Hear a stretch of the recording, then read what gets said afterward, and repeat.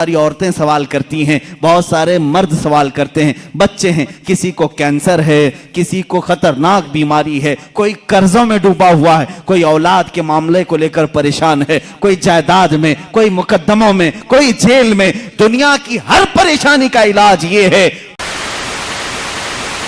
मेरे आका सल्लल्लाहु तआला अलैहि वसल्लम की अता के सिलसिले में हाफिजुल हदीस मोहम्मद इब्ने मुनकदिर रदी अल्लाह ताला बड़े हदीस के हाफिज हैं। हाफिज कहते हैं जिसको 1 लाख से ज्यादा हदीसें याद हों, ये मुहद्दिस हैं। हाफिज मोहम्मद रहमहुल्लाह ये फरमाते हैं, मदीने तैयबा में हम रहते थे।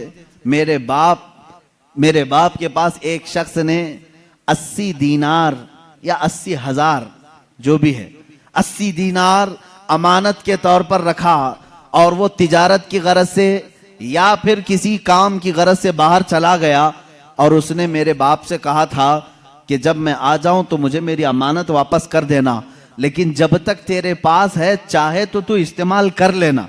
इजाजत अगर दिया है अमानतदार तो आप अमानत का इस्तेमाल कर सकते हैं, लेकिन जब वो वापस आए तो उसे अमानत लौटा दी जाए। हाफिजुल हदीस मोहम्मद रहमहुल्लाह फरमाते हैं, मेरे बाप को 80 दीनार दिए उस शख्स ने, और फिर वो चला गया। मेरे वालिद ने जरूरियात के मुताबिक खर्च कर लिया। उन्होंने सोचा वो लंबा वक्त लगेगा आने के लिए, उसे तकरीबन पूरे 80 दीनार खर्च हो गए। इत्तेफाक ऐसा कि वो बहुत जल्दी वापस आ गया, और उसने सवाल किया कि मैंने जो अमानत आपके पास रखी थी वो मुझे वापस देते हैं। यह हाफिजुल हदीस मदीने तैयबा में रहने वाले हुजूर सल्लल्लाहु तआला अलैहि वसल्लम की वफात के कई 100 साल बाद तशरीफ लाए, कई दहाइयों के बाद तशरीफ लाए। अब ये कहते हैं मेरे वालिद घबरा गए कि मैं इसकी अमानत को कैसे लौटाऊं।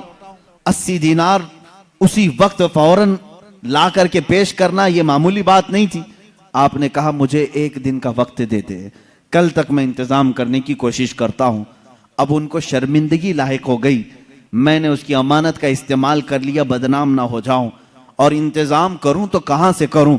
हाफिजुल हदीस रहमहुल्लाह फरमाते हैं, मेरे बाप सीधे कब्र रसूल के पास आ गए, रोज़े रसूल के पास बैठकर रोने लगे, और मैंने देखा जोहर से असर तक, असर से मगरिब तक, मगरिब से इशा, इशा से फजर तक वो वहीं कब्र रसूल के पास बैठे रहे, रोते थे।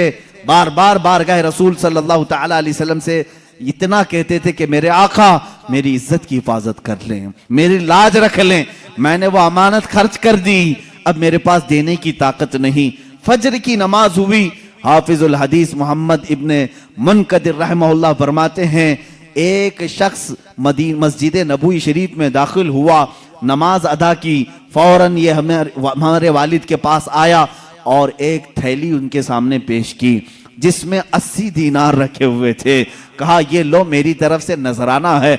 हजरत हाफिजुल हदीस के वालिद कहते हैं, मैंने गिना पूरे 80 दीनार थे। उसके बाद मैं शुक्र बजा लाया कि मुझे कोई तो देने वाला आया है, लेकिन जाते जाते उस शख्स ने पूछा कि ऐ बंदे क्या तूने कल से हुजूर से शिकायत लगा रखी है? कल से तू हुजूर की बारगाह में शिकायत लगा रखी है? ये कहते हैं मैं खड़ा हो गया, मैंने पूछा देने वाले तूने नजराना कहकर के दिया, मैंने हुजूर से शिकायत की है या नहीं की है, इससे तेरा क्या ताल्लुक है? वो कहता है बात दर हकीकत ये है, कल मेरे रात में मेराज हो गई, मेरे आका तशरीफ लाए ख्वाब में, और तेरी तरफ मुझे इशारा करके बताया कि उस शख्स को 80 दीनार की जरूरत है, तू अपने घर से ले जाकर दे दे, ये तेरा कर्ज मेरे ऊपर रहेगा। रसूल पाक ने जब ये फरमाया कि तेरा कर्ज मेरे ऊपर रहेगा और वो मैं कयामत के दिन अदा करूंगा, मेरे लिए इससे बढ़कर के नेमत क्या थी? ऐ बंदे तू मांगने वाला नहीं, मेरे लिए जन्नत लेकर के आया है, मदीना तैयबा में तू आया है, जिसकी वजह से मुझे कयामत के दिन मेरे आका की शान से इनाम मिलेंगे। अजीज़ान गिरामी, हाफिजुल हदीस रहमतुल्लाह तआला अलैह फरमाते हैं, मैंने वफाते रसूल के बाद भी कब्र रसूल से सखावत को देखा है, जूदो सखा को देखा है। कौन देता है देने को मुंह चाहिए, देने वाला है सच्चा, हमारा नबी, मेरे आला हज़रत फाजिल बरेलवी रहमतुल्लाह ताला अलैह, मेरे आका सल्लल्लाहु ताला अलैहि वसल्लम की बारगाह में इसी चीज का हवाला देते हुए कहते हैं, हुजूर पाक सल्लल्लाहु ताला अलैहि वसल्लम की बारगाह में मांगेंगे मांगे जाएंगे, मुंह मांगी पाएंगे। सरकार में न ला है न हाजत अगर की है, यहां अगर मगर पे भी नहीं दिया जाता और ना भी नहीं कहा जाता। एक दो नहीं, कई मिसालें हैं। एक मर्तबा हाजियों का एक काफिला हज के लिए निकला, उसमें एक गरीब आदमी को खिदमत के लिए उन्होंने रख लिया, उसका नाम बर्रा था। बर्रा शख्स हाजियों के खिदमत के लिए निकला था। अब गरीब आदमी सेठों की खिदमत कर रहा था, हज हुआ, जाहिर सी बात है अमीरों का जैसे हज हुआ गरीब का भी हज हो गया। गया था खिदमत के लिए, जैसे आज भी टूर वालों के साथ बावर्ची चले जाते हैं, उनका भी हज हो जाता है। खाना पकाने के लिए गए थे लेकिन हज भी हो गया। अब हज होने के बाद मदीने आए तो सारे सेठों ने मिलकर उसका मजाक उड़ाया, कहा बर्रा तू तो तुफैली हज कर लिया, पैसे तो कुछ लगाया नहीं, हमारी खिदमत के लिए आया और हज हो गया, पता नहीं तेरा कबूल हुआ भी कि नहीं हुआ। गरीब को ताना मत दो मेरे अजीजों, उसके दिल पर यह चोट लगी, दिल पर बहुत गहरा असर हुआ। गरीब हो, मालदार नहीं, लेकिन हज तो किया है ना। लेकिन उन अमीरों ने ये कहा कि तेरा हज कबूल हुआ कि नहीं हुआ। वो रोने लगा और रोते रोते बारगाह रसूल में हाजिर हो गया। रसूल पाक सल्लल्लाहु ताला अलैहि वसल्लम की कब्र अथर के पास बैठा रहा और रोते रोते ज़ोहर हो गई। उसने कहा आका आपकी उम्मत के गरीब को लोगों ने छेड़ा है, क्या आपका गरीब बेसहारा बेकस बेयारो मददगार रहेगा? उसके हज के मुतालिक लोग सवाल कर रहे हैं, पैसे वाले सवाल कर रहे हैं। दुनिया ने देखा कब्र रसूल सल्लल्लाहु ताला अलैहि वसल्लम के किनारे से एक चिट्ठी बरामद हुई जिस पे लिखा हुआ था बर्रा बरी मिनन नार व क़ुबिल अल हज, बर्रा जहन्नम से आजाद है, इसका हज कबूल हो चुका है। जो लोग बयान किए उन्होंने देखा, लेकिन किसी को ये नहीं खबर कि चिट्ठी आई कहां से। मेरे अजीजों, फुक़हा मुहद्दिसीन उलमा असातीन मिल्लत सलफ़ सालिहीन का अकीदा ये था, या रसूल अल्लाह तू जिंदा है वल्लाह, तू जिंदा है वल्लाह, मेरी चश्मे आलम से छुप जाने वाले मेरे आका सल्लल्लाहु ताला अलैहि वसल्लम आज भी जूदो नवाल के बादशाह हैं, सखावत के आला तरीन मनसब पर फाइज हैं। आज भी वो उसी तरह देते हैं जैसे कल दिया करते थे और सुबह क़यामत तक नवाजते रहेंगे। अजीज़ान गिरामी वक़ार, रसूल करीम सल्लल्लाहु ताला अलैहि वसल्लम के दरबार से जो कुछ भी अता किया गया है वो एक दो मिसालें नहीं।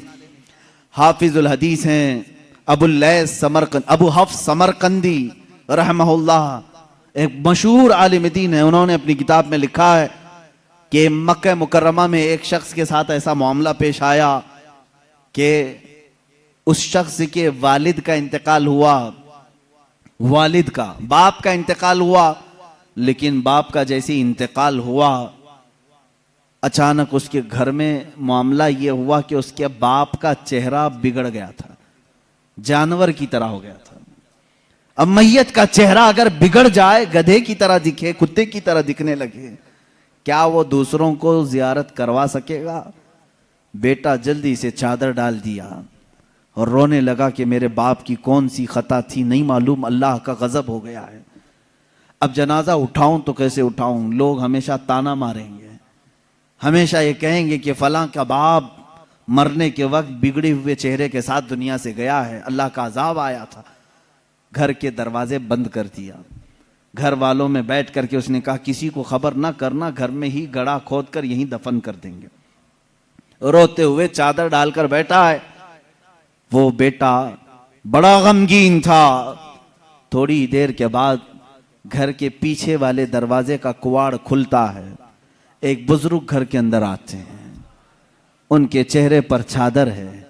वो सीधे चलते चलते उस मरे हुए आदमी के पास आए, चादर उनके सर से हटाई, अपना हाथ उसके चेहरे पर फेरा, फिर चादर डाल दी और इस बेटे के पास आए। पूछा कि क्या बात है, क्यों गम कर रहा है, क्यों रो रहा है? कहा आप कौन है, कहाँ से आए? मैं तो नहीं जानता, लेकिन बात तो ये है कि मेरे बाप इंतकाल कर गए, उनका चेहरा बिगड़ गया है, मैं इसी गम में रो रहा हूँ और आप खुदा के वास्ते किसी को ना बताएं। आने वाले बुजुर्ग ने कहा जा देख तेरे बाप का चेहरा तो सलामत है। वो कहता है मैं जाकर उठा, चादर को हटाया तो मेरे बाप का चेहरा तो चांद की तरह चमक रहा था। अभी मैं इसी खुशी में गम के मारे पहले रो रहा था, अब खुशी के मारे आंसू आ गए। ऐ अल्लाह, तूने मेरे बाप की इज्जत रखी, मेरे घर की इज्जत रखी। मैं अभी इसी गम, इसी खुशी के आंसुओं में था। आने वाले वो बुजुर्ग वापस जा चुके थे, दरवाजे तक पहुंचे थे। मैं दौड़ते हुए गया, उनका दामन पकड़ा। आपने ये मुझ पर एहसान किया। आप फरिश्ते हो या अल्लाह के वली हो, कौन हो जो मेरे घर पर इतना बड़ा एहसान किया? आने वाले बुजुर्ग ने कहा अना मुहम्मदुन रसूलुल्लाह सल्लल्लाहु अलैहि वसल्लम। कहा मैं मोहम्मद अल्लाह का रसूल हूं। हुजूर पाक सल्लल्लाहु तआला अलैहि वसल्लम ने फरमाया तेरे बाप के इंतकाल के वक्त बात ये थी कि इसकी एक अच्छी आदत थी। तेरे बाप की एक अच्छी आदत ये थी, ये उस वक्त तक सोने के लिए बिस्तर पर नहीं लेटता था जब तक रात में 100 मरतबा मुझ पे दुरूद नहीं भेजता था। हर रात 100 मरतबा ये दुरूद भेजता, फिर सोता। लेकिन उसकी एक खता थी, एक गुनाह था इसका, लेकिन बाप का गुनाह मैं बेटे को नहीं बताऊंगा। मेरे आका सल्लल्लाहु तआला अलैहि वसल्लम ने छुपाया। उस गुनाह से अल्लाह नाराज था, जिसकी वजह से उसका चेहरा बदल गया। ये मक्का मुकर्रमा की बात है, मक्का मुकर्रमा की बात है। इसकी वजह से उसका चेहरा बदल गया। तेरे बाप का रोजाना पड़ा हुआ दुरूद जो फरिश्ता मेरे बारगाह तक पहुंचाता है, उस फरिश्ते ने मुझे खबर की कि अल्लाह के रसूल, आपके फला गुलाम के साथ गजब हो गया है, अल्लाह ने अजाब नाजिल किया, उसका चेहरा बिगड़ गया है। ए रसूल पाक, वो बंदा रोजाना आप पर 100 बार दुरूद भेजता था, करम फरमाए। हुजूर फरमाते हैं मैं उसी वक्त चल कर तेरे घर आया।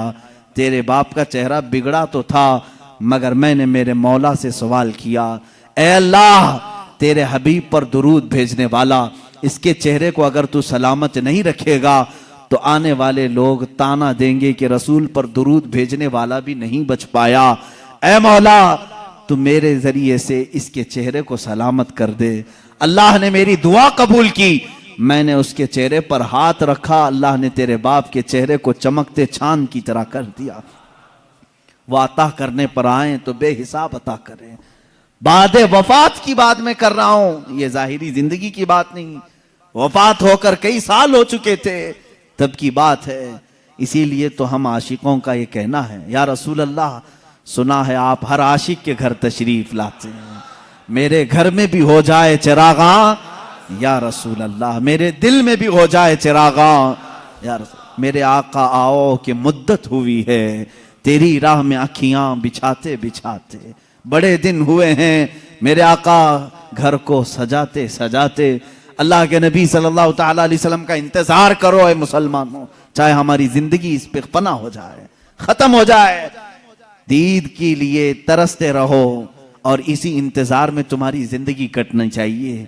अब की रात आए कि तब की रात आए, जब ये रातें जिंदगी की कट जाएं, वो रात तो जरूर आएगी जो कब्र की पहली रात होगी। वहां तो दीदार करोगे इंशाअल्लाह, लेकिन उस दीदार के इंतजार में अपनी जिंदगी काटो। ये नहीं कि अपनी आंखों को हसीनाओं की गलाजत से भर लो, गंदी तस्वीरों से, गंदी फिल्मों से अपनी आंखों को दागदार कर लो। ये नहीं, इन आंखों को अल्लाह ताला ने तुम्हारे रसूल के दीदार के लिए दिया है। इसीलिए शहजादे आला हजरत ने यूं कहा है, तुम्हें न देखा तो किस काम की हैं ये आंखें, उन्हें न देखा तो किस काम की हैं ये आंखें, कि देखने की है सारी बहार आंखों में, कुछ ऐसा कर दे मेरे किरदगार आंखों में, हमेशा नक्श रहे रूए यार आंखों में, हमेशा नक्श रहे रूए यार आंखों में। मुफ्ती आजम हिंद तो ये फरमाते हैं कि तुम अपने आंखों में जलवे रसूल ऐसा बसा लो, ऐसा बसा लो कि कब्र के दिन, कब्र की रात में फरिश्ते जब आए सवाल करने के लिए, तो मुफ्ती आजम फरमाते हैं, फरिश्ते जो पूछें कब्र में कि किसकी उम्मत हो, फरिश्ते जो पूछें कब्र में कि किसकी उम्मत हो, तो आप जवाब क्या कहते हैं? वो कहते हैं, लो देख लो कि है तस्वीर यार आंखों में, लो देख लो कि है तस्वीर यार आंखों में, हमारी आंखों में वो जलवे रसूल इस तरह से रहे। वो आते हैं, बल्कि एक शायर ने यही कहा है मेरे अजीजों, आज गालिबन 7वीं महफिल है, आज 7वीं महफिल है, और इस तरह 70 नहीं 700 महफिलें हो जाएं। हम इन महफिल के मुतालिक हमेशा, मैं भी, मेरी आदत ये है, मैं ये कहता हूं, क्यों महफिल सजा रहे हो, क्यों बैठ रहे हो, रोज क्यों सुनने आ रहे हो, रोज हम क्यों सुनाने आ रहे हैं। हमारा मकसद ये है, वो आएंगे, आते होंगे, अभी आएंगे, वो आएंगे, आते होंगे, अभी आएंगे, यही सोच के हमने महफिल को सजा रखा है।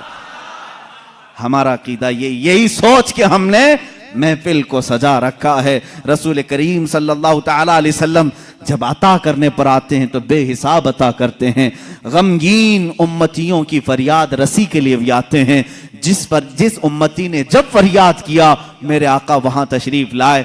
आपको मालूम है, अल्लाह के नबी सल्लल्लाहु तआला अलैहि वसल्लम की एक और बात मैं बता दूं, मशहूर जमाना कसीदा, मौलाया सल्ली वसल्लिम दाइमन अबदा अला हबीबिका खैरिल खल्क़ि कुल्लिहिम। तकरीबन मेरे आका सल्लल्लाहु तआला अलैहि वसल्लम की वफात के भी 700 साल बाद आने वाले इमाम शरफुद्दीन बोसीरी, ये वो अजीम बुजुर्ग हैं, मद्दाह रसूल हैं।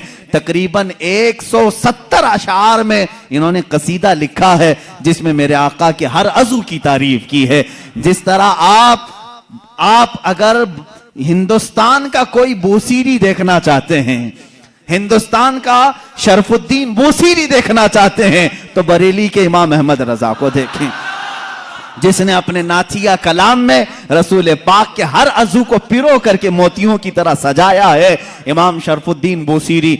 और हद तो यह है मेरे अजीजों, वहाबियों की, नजदियों की, सल्फियों की हुकूमत आई, जिन्होंने इश्क़ रिसालत माब सल्लल्लाहु तआला अलैहि वसल्लम के खिलाफ न जाने कितनी बकवास की। लेकिन मुझे उस वक्त फख्र होता है जब मदीने रसूल जाते हैं और दरबार रसूल की जालियों पर अंदर जाने का जो दरवाजा है, उस दरवाजे के ताले पर, चाबी पर आज भी इमाम बोसीरी का कसीदा लिखा हुआ है, हुवल हबीबुल्लज़ी तुरजा शफाअतुहु लिकुल्लि हौलिम मिनल अहवालि मुक्तहिमी।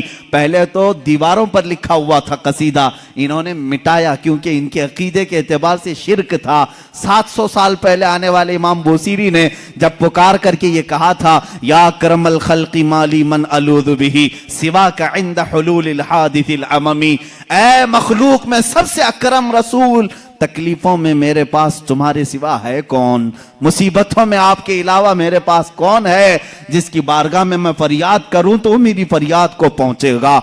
ऐ रसूल तुम्हारे अलावा कौन है। वलन यदीक रसूल अल्लाही जाहो कभी इदल करीम तजल्ला बिस्म मुंतकिमी। इमाम बोसीरी ने यह कसीदा कब लिखा था, इसकी तारीख में है। आप जवान आलिम दीन, आशिक रसूल, लेकिन अचानक लकवे ने हमला कर दिया, फालिज का असर आ गया।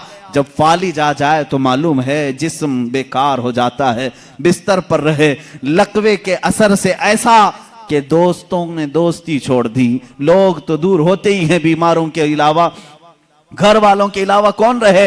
ये बीमारी लंबी हो गई, हाथ पैर उठते नहीं थे, सोते सोते जिस्म के अंदर भी तरह तरह की तब्दीलियां आने लगी। एक जमाना हो गया, ऐसे बीमारों के जब आंसू निकलते हैं तो सीधे मदीने पहुंच जाते हैं, जिनका दुनिया में कोई तबीब भी नहीं, जिनका दुनिया में कोई गम की दास्तान सुनने वाला नहीं, जिनकी दुनिया में कोई बोली सुनने वाला नहीं।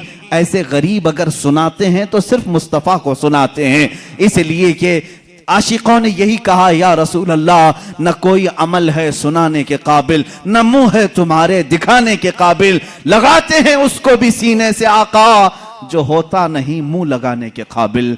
मेरे आका उसको भी सीने से लगाते हैं, उस गरीब की बिपता भी सुनते हैं। इमाम बोसीरी ने लिखना शुरू किया, अमिन तज़क्कुरि जीरानिम बिदी सलमी मज़ज्तदम अंजरा मिन मुखलतिम बिदमी अम हब्बतिर रिउ मिन तिलकाइ काज़िमतिन औ मदल बर्क़ फ़ि ज़लमाइ मिन इज़मी।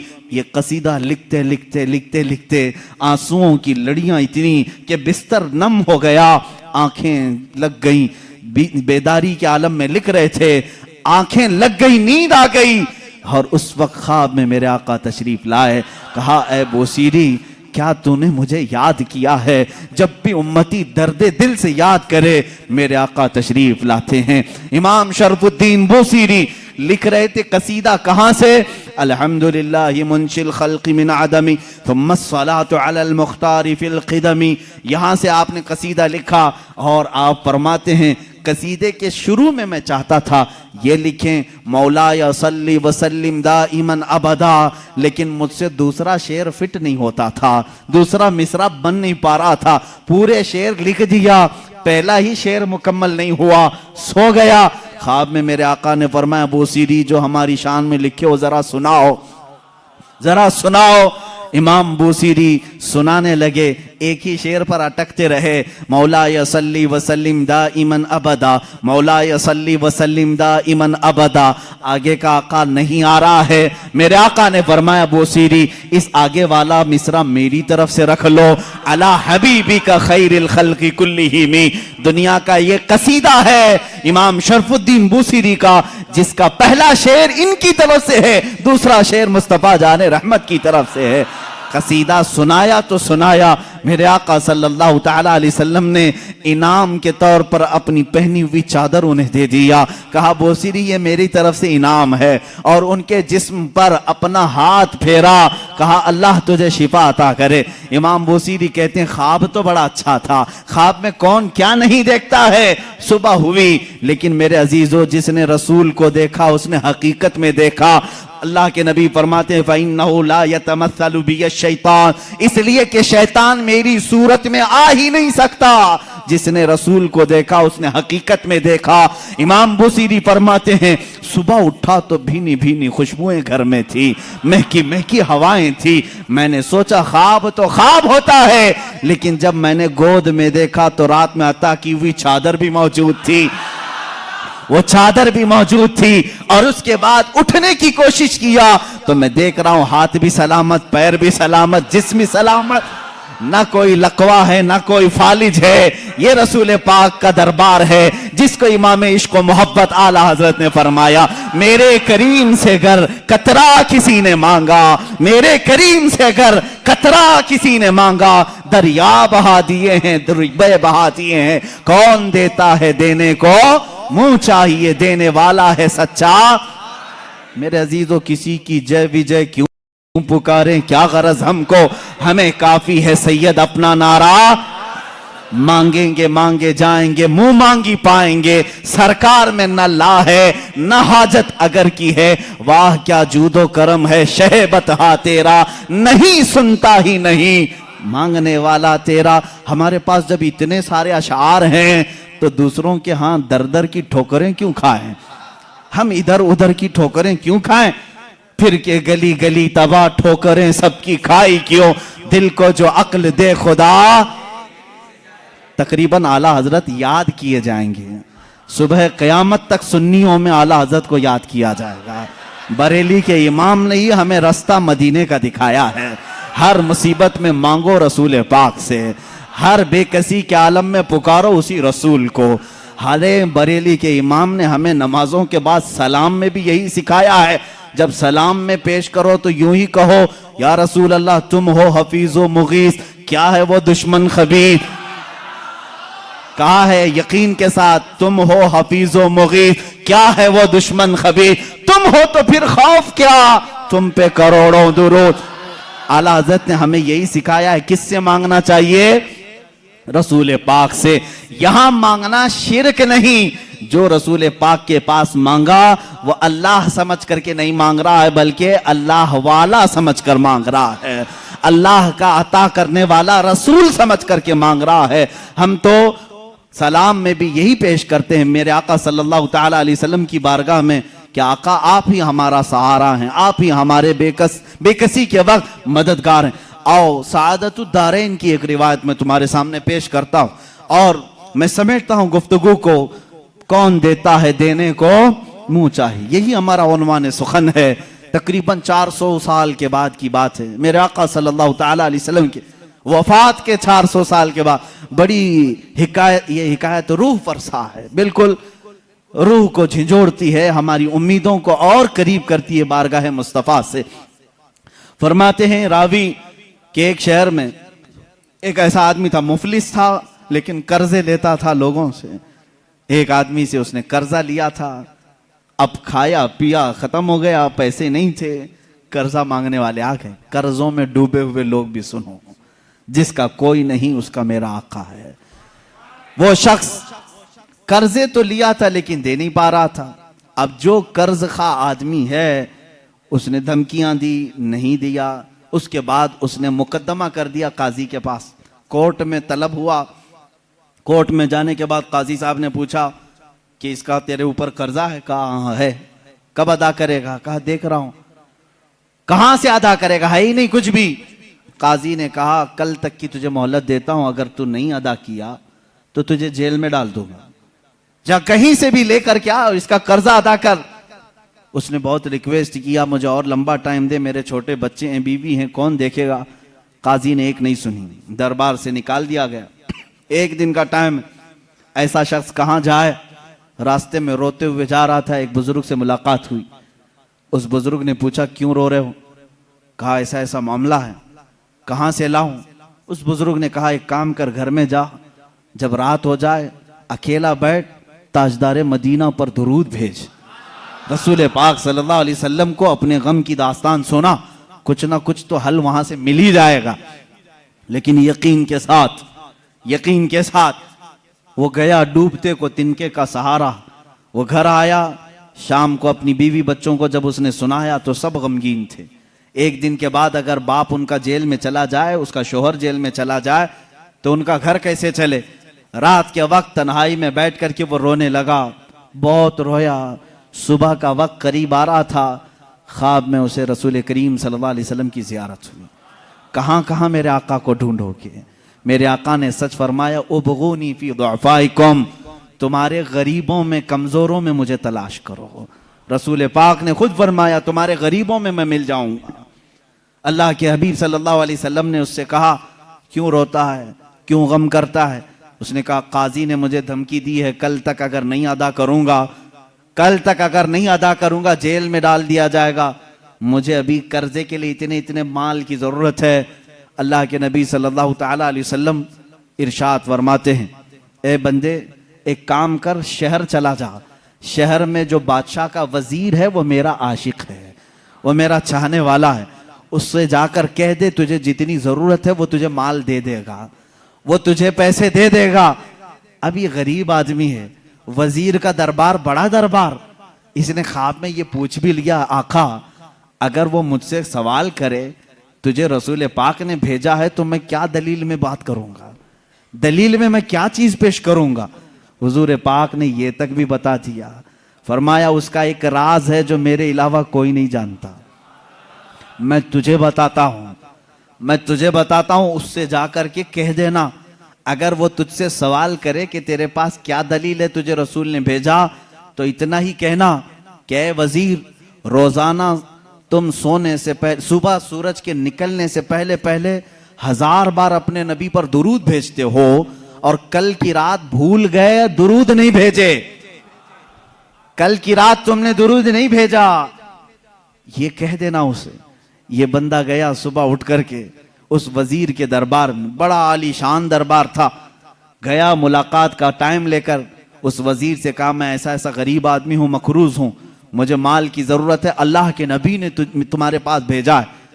वो गुस्से में आया, कहा फकीरों की अब ये आदत हो गई कि मांगने के लिए अल्लाह के नबी का नाम लेने लगे कि रसूल ने भेजा। उसने कहा ना, मैं झूठ नहीं कह रहा हूं, मुझे रसूल पाक ने यह भी बताया है कि तुम रोजाना 1000 बार हुजूर पर दुरूद भेजते हो। वो अपनी कुर्सी से उछल आया और उसने कहा यह बात तो मेरी बीवी को तक खबर नहीं है, किसी को नहीं मालूम। कहा क्या कहा रसूल पाक ने? कहा कि कल तुम भूल गए थे, दुरूद नहीं भेजे। उसने कहा हकीकत में मेरे आका ने सच फरमाया, कोई जिंदगी की एक रात आज तक मेरी कज़ा नहीं हुई, कल मेरी जिंदगी में ऐसा दिन आया कि मैं दुरूद नहीं पढ़ सका, बहुत रोया, अपने खजाने के पास ले जाकर उसे खड़ा कर दिया। ए गरीब आदमी, तुझे जितने माल की जरूरत है ले जा, बस मेरा दिल आज से मुतमईन हुआ कि मेरा दुरूद रसूल तक पहुंच रहा है, मेरे आका की नजर में है, मैं मेरे आका को मना लूंगा, मैं मेरे आका से सुलह कर लूंगा। लेकिन तू तो मेरे लिए खुशखबरी का कासिद बनकर आया है, तू मेरे लिए खुशी का पैगाम लेकर आया है, तुझे जो चाहे ले जा। इस गरीब ने कहा ना, मुझे जितनी जरूरत है उतना लेता हूं। उतना ही माल लिया, दौड़ा दौड़ा खुशी से आया। कहाँ आया? अदालत में। काजी भी थे। काजी से कहा, काजी साहब कर्ज खा को बुलाओ। आज सीना चौड़ा था, माल मौजूद था, जिसका जिसका हिसाब अदा करूंगा। काजी के पास वो कर्ज खा आए, लेकिन महफिल जमी थी। उसी वक्त काजी ने कहा, बैठ जा, थोड़ा ठंडा हो जा, सुकून ले ले। थोड़ी देर के बाद काजी ने बिल्कुल ही यहाँ अलग ही मामला कर दिया। काजी ने कहा, ये गरीब जिसका कर्जा देना है वो सब खड़े हो जाएं, बताएं कितना कितना कर्जा है। सबों ने कहा इतना इतना है। काजी ने कहा, ये नहीं, मैं अपनी जेब से अदा करूंगा, मैं अदा करूंगा इसका कर्जा। ये गरीब खड़ा होता है, कहता है, हाँ, कल तो जेल की धमकी, कल तो आप बंद करने की धमकी दे रहे थे, आज मेरी तरफ से कर्जा अदा करने की बात। काजी कहते हैं, कल तक मैं तुझे नहीं पहचानता था, कल जब रात गया मुस्तफा करीम की जियारत हुई, मेरे आका ने तेरी तरफ इशारा करके मुझे बताया कि ऐ काजी, तेरे पास दुनिया की बहुत दौलत है, उस एक गरीब का कर्जा तू अपनी जेब से अदा कर, मैं कल तुझे जन्नत के महल्लात बदले में अदा करूंगा। ऐ गरीब, ना ना, तू माल नहीं देगा, मैं हल्के में सौदा नहीं करूंगा, मुझे रसूल ने बशारत दी है, मैं तेरा माल अपनी जेब से अदा करूंगा। जब ये काजी की बातें सुनने लगे, सारे कर्जखा खड़े हुए। कहा, जब ये आदमी इतना अफजल है कि बारगाह रसूल में मकबूल है, हम गवाही देते हैं कि हमने सब कर्जा माफ कर दिया, अब भी अगर इसे चाहे तो हमसे ले सकता है। कौन देता है देने को मुंह चाहिए, कौन देता है देने को मुंह चाहिए, देने वाला है सच्चा हमारा नबी। इतना दिया सरकार ने मुझको जितनी मेरी औकात नहीं, ये तो उनका करम है, वरना मुझ में तो ऐसी बात नहीं। अजीजान गिरामी, आज जो हम इस मकाम पर हैं, यहां पर भी हम फख्र से यही कहते हैं, या रसूल अल्लाह, इतना दिया सरकार ने मुझको जितनी मेरी औकात नहीं, ये तो उनका करम है, वरना मुझ में तो ऐसी बात नहीं। आप खुद देखो, अल्लाह के नबी ने तुम्हें, उनके सदके में अल्लाह ने तुम्हें क्या क्या नहीं दिया है। ये रसूल की सखावत नहीं है तो और क्या है। आज भी मांगने का सिलसिला बाकी रखो, लेकिन इसके उसके दर से नहीं, दरबारे रिसालत से मांगेंगे। क्यों? उनके हम गुलाम हैं, उन्हीं से मांगेंगे। गुलाम अपने आका से मांगता है तो अच्छा लगता है। अब एक और रिवायत में अर्ज करता हूं, हजरत अला इब्न मुबारक, बाज रिवायत में जला इब्न मुबारक रहमहुल्लाह ताबई हैं, ये फरमाते हैं, मदीने में पहुंचा था, हुजूर पाक सल्लल्लाहु तआला अलैहि वसल्लम के मदीने पहुंचा, भूखा था, कुछ भी खाने के लिए नहीं था, पैसे भी खत्म हो गए थे। मस्जिद नबवी में गया, दोपहर का वक्त था, वो भूख की वजह से शिद्दत से तकलीफ हो रही थी, सो गया ये कह करके, या रसूल अल्लाह, तुम्हारा मेहमान हूं, आप ही खिलाएं। किससे मांगू, कौन देगा मदीने में, और मदीने में आकर दूसरों से मांगू, अच्छा भी नहीं लगता। आपके होते हुए किस दरबार पर मैं जाऊं। हुजूर पाक सल्लल्लाहु तआला अलैहि वसल्लम की बारगाह में सवाल किया, सो गया। मेरे अजीजों, कितनी मिसालें मैं तुम्हारे सामने रखूं। ये फुकहाए उम्मत, मुहद्दिसीन और बुजुर्गों की बात मैं कर रहा हूं, आम बंदों की नहीं। वाला हजरत शेख आला फरमाते हैं, मैंने ख्वाब में देखा, कब्र रसूल से हुजूर पाक सल्लल्लाहु तआला अलैहि वसल्लम तशरीफ ला रहे हैं, आपके एक हाथ में रोटी है और एक हाथ में शहद है, हाथ में रोटी और शहद है, और कहते हैं, इब्ने मुबारक, तुझे भूख लगी है, तू मदीने में आया, मेरा मेहमान है, ये रोटी और शहद लगाकर खा ले। कहते हैं, मैं जल्दी से बढ़कर हाथ से रोटी ले लिया, शहद लगाकर खाता रहा, आधी रोटी खाया था। कब? ख्वाब में बाद वफात रसूल, हुजूर की जाहिरी जिंदगी की बात नहीं कर रहा हूं, वफात के कई सौ साल बाद की बात। और ख्वाब में हुजूर खिला रहे हैं, रोटी खिला रहे हैं, शहद खिला रहे हैं। कहते हैं, असर का वक्त हो गया, मुअज्जिन ने अजान देना शुरू किया, तो मस्जिद में जो भी सोए होंगे उठा दिए जाते हैं। किसी ने पैर पकड़कर खींचकर मुझे उठा दिया, मैं झटका लेकर उठा तो देखा आधी रोटी और शहद अब भी मेरे हाथ में मौजूद है। कौन देता है देने को मुंह चाहिए, देने वाला है सच्चा हमारा नबी। अजीजा ने गिरामी वक़ार, इस तरह की बेशुमार मिसालें हैं। आखिरी बात मैं अर्ज करता हूँ, सिराजुल उम्मा ताजुल उम्मा इमाम आजम अबू हनीफा रदी अल्लाह तआला फरमाते हैं रसूल पाक सल्लल्लाहु ताला अलैहि वसल्लम की बारगाह में जब जाना हुआ तो आपने हुजूर की शान में एक नात लिखी, एक कसीदा लिखा, या सय्यद अस्सादाती जितुका कासिदा अर्जू रिदाका वहतमी बिहिमाका।